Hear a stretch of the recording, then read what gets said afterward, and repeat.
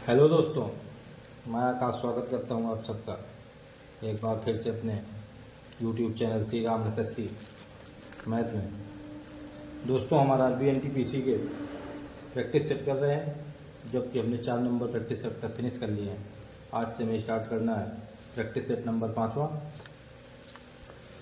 हमें पता है कि RBNTPC की जो एग्ज़ाम डेट है बहुत पास आ गई है, तो अपनी तैयारी को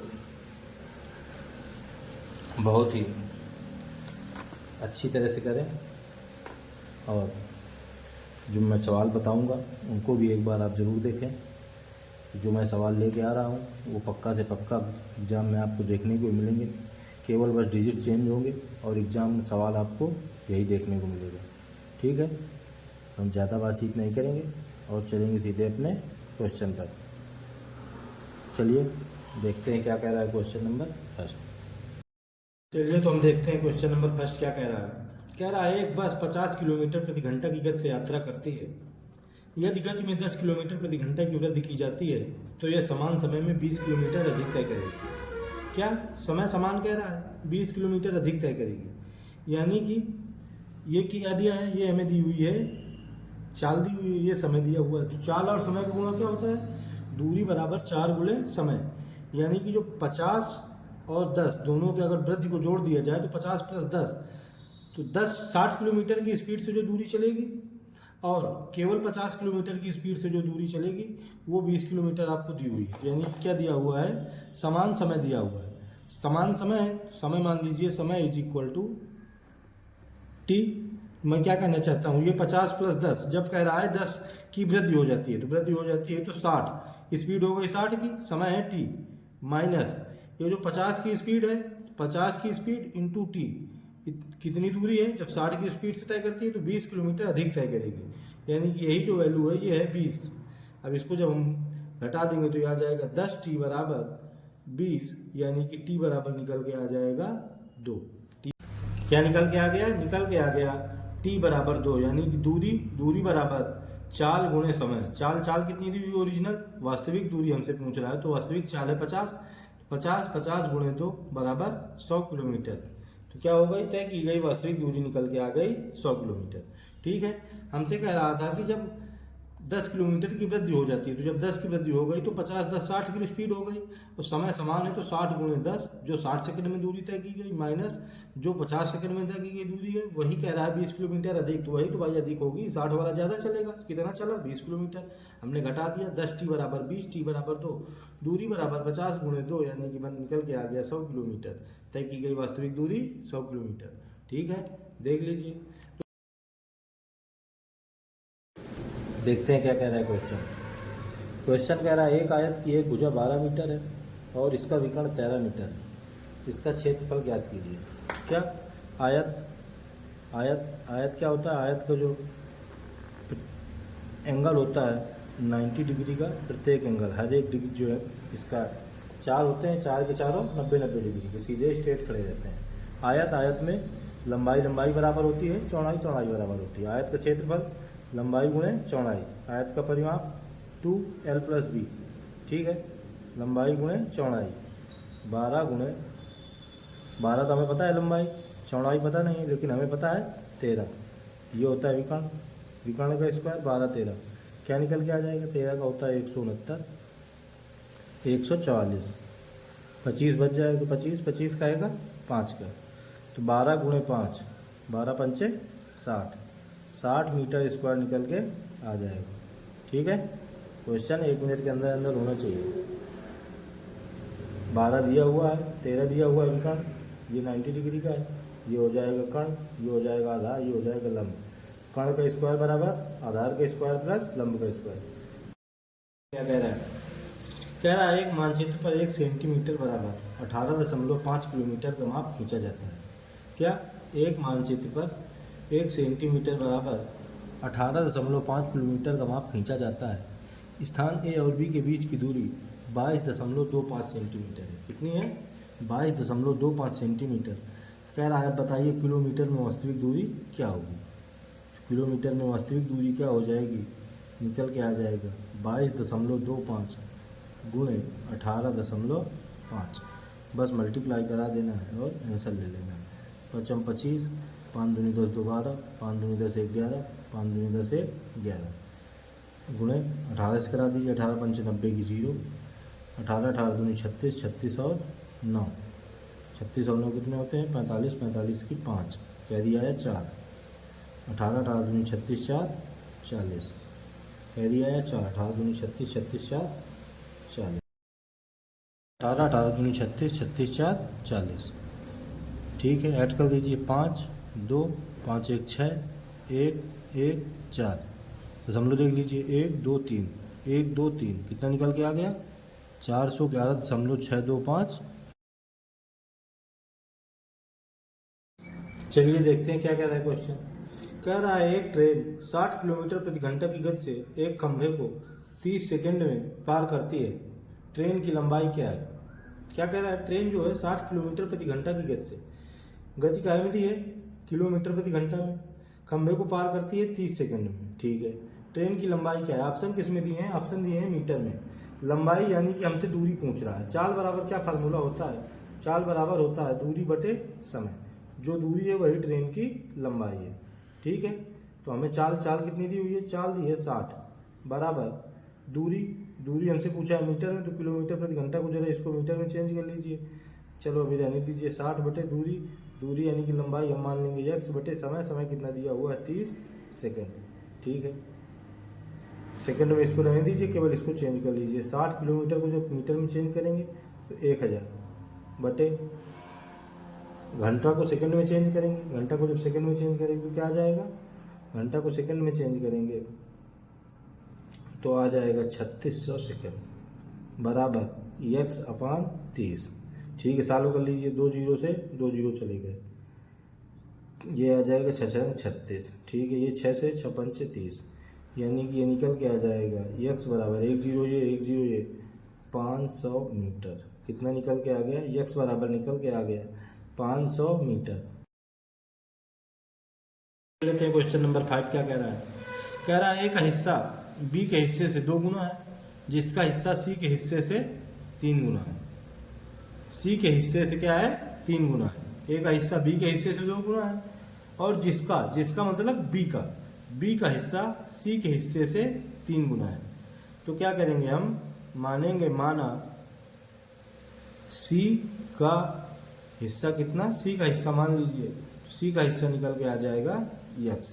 अब c का हिस्सा x निकल के आ गया तो b का हिस्सा कितना हो जाएगा, इसलिए b का हिस्सा, b क्या है, b c के हिस्से से 3 गुना है, तो ये आ जाएगा 3x। कितना निकल के आ गया 3x। और अब a का हिस्सा b के हिस्से से 2 गुना है, तो a का कितना निकल के आ जाएगा 3 दूनी 6x। ठीक है, अब कह रहा है यदि 1800 रुपये तीनों में बांटा जाता है, तीनों को ऐड कर दीजिए, 1800 रुपये में बांट दीजिए, 6 3 9 1 10, 10x की वैल्यू कितनी दी हुई है 1800 रुपये दी हुई है। 1 जीरो से 1 जीरो चला जाएगा, x बराबर निकल के आ जाएगा 180। तो कह रहा है बताइए b का हिस्सा कितना है, b का हिस्सा है 3x, तो 18 3 का 54, यानी 540 रुपये। कितना निकल गया,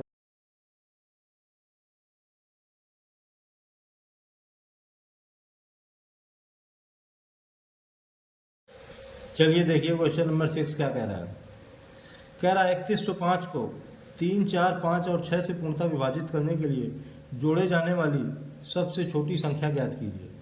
क्या 3105 को 3 4 5 और 6 से पूर्णतः विभाजित करने के लिए जोड़ी जाने वाली संख्या ज्ञात कीजिए। 3 4 5 और 6 कैल्शियम, 3 4 5 और 6 कैल्शियम आ जाएगा 3 गुणे 4 गुणे 5 बराबर, यानी कि 60 निकल के क्या आ जाएगा, 60 निकल के आ जाएगा इसका एलसीएम। अब 60 को 3105 से डिवाइड कर दीजिए।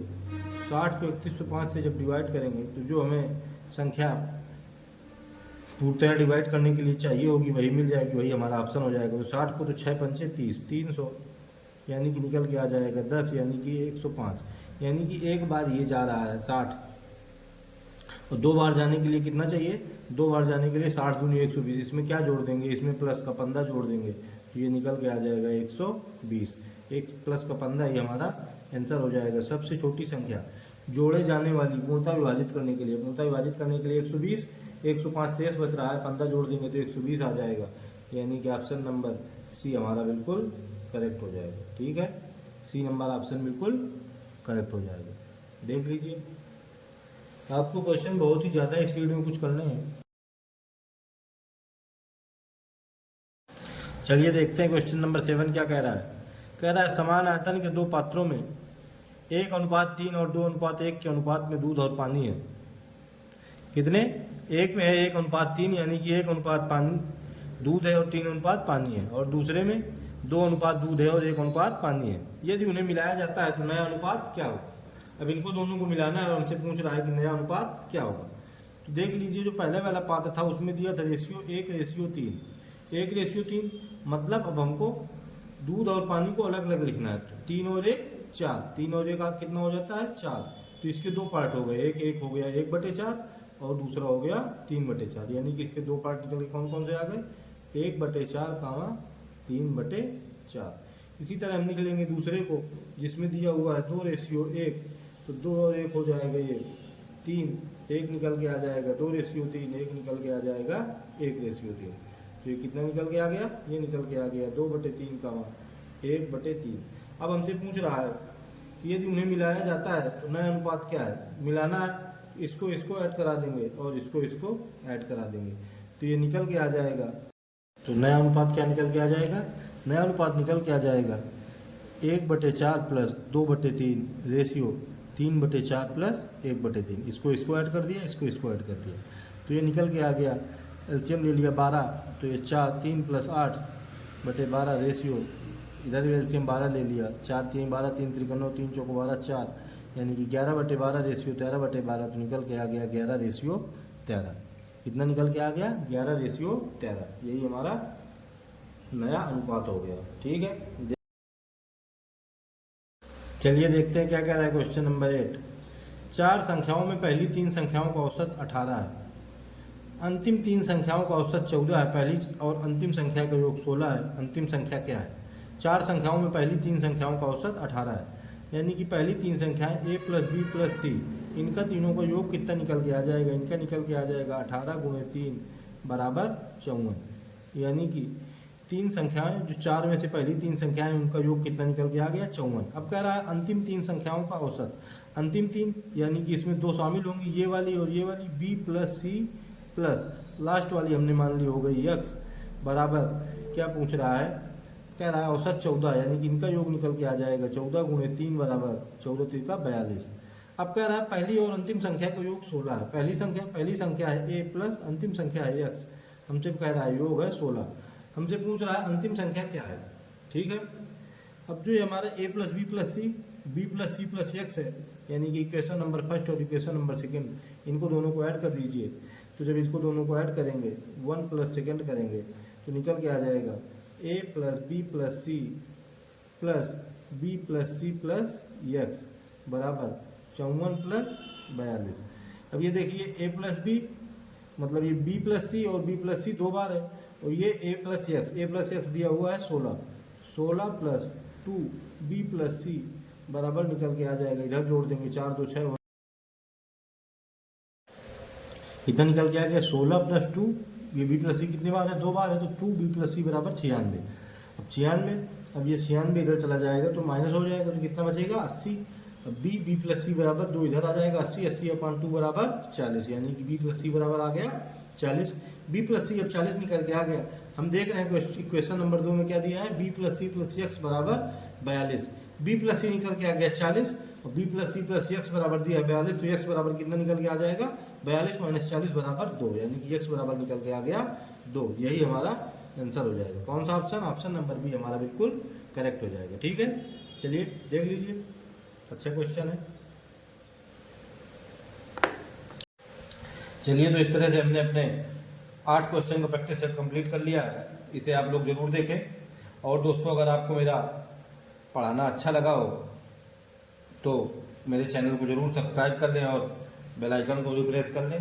दोस्तों, मैं बहुत जल्दी PDF पे आप लोगों को अपलोड करने लगूंगा अपने टेलीग्राम चैनल पर, बस 1-2 दिन के अंदर अंदर। तो आप लोग मेरे इसको पहले देख लीजिए, फिर बाद में PDF देख लेना। ठीक है, आप लोगों को क्वेश्चन सही लगे हो अगर तो मुझे कमेंट करके बता देना कैसे लगे हैं। अगर थोड़ी और गड़बड़ हो तो उसको मैं सही कर दूंगा। ठीक है दोस्तों, अब मैं यही कहना चाहूँगा कि अपनी तैयारी को अच्छा करें और बेहतर करें और खूब मन लगा के पढ़ें। ठीक है, चलिए तब हम मिलते हैं नेक्स्ट वीडियो में, तब तक के लिए जय श्री राम।